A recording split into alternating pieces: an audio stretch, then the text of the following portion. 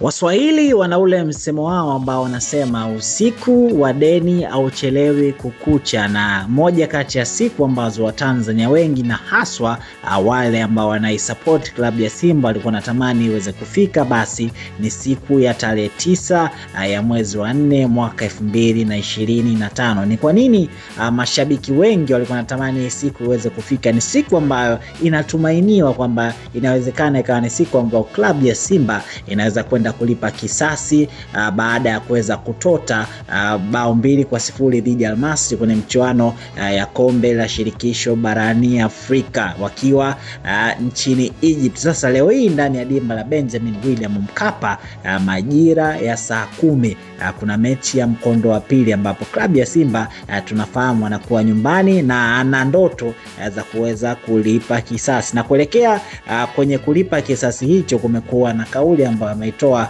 nahodha wa klabu ya Simba kuelekea kwenye mchezo huo, na nikinukuu amesema hivi: tukiwa na kina Ateba Ahoua na wachezaji wengine, na waambia wasijivunie na kuona ni mafanikio kufika robo finali. Sisi tushacheza sana hizo, na wao wanapaswa kujua wapo Simba ili kuweza kuisaidia kusogea zaidi ya pale tulipoishia sie. Hiyo ikiwa ni kauli ambayo ameitoa nahodha wa klabu ya Simba Mohamed Hussein maarufu kama Shabalala kuelekea katika mchezo dhidi ya Al Masry, akiwa anasema kwamba wao kufika hatua ya robo finali sio mafanikio.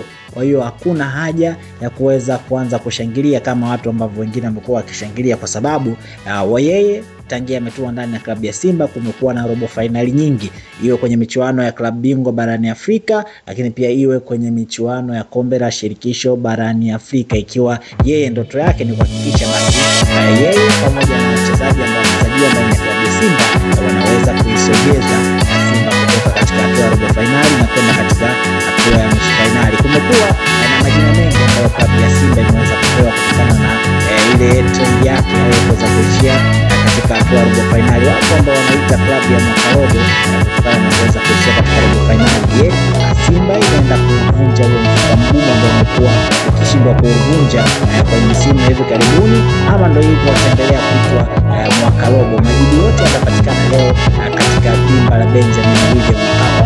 Klabu ya Simba inahitaji walau kushinda mabao 3-0 dhidi ya Al Masry ili kuweza kwenda katika hatua inayofuata. Na hiyo klabu ya Simba ikipata matokeo hayo, basi usisahau kuacha comment yako, pia subscribe na comment.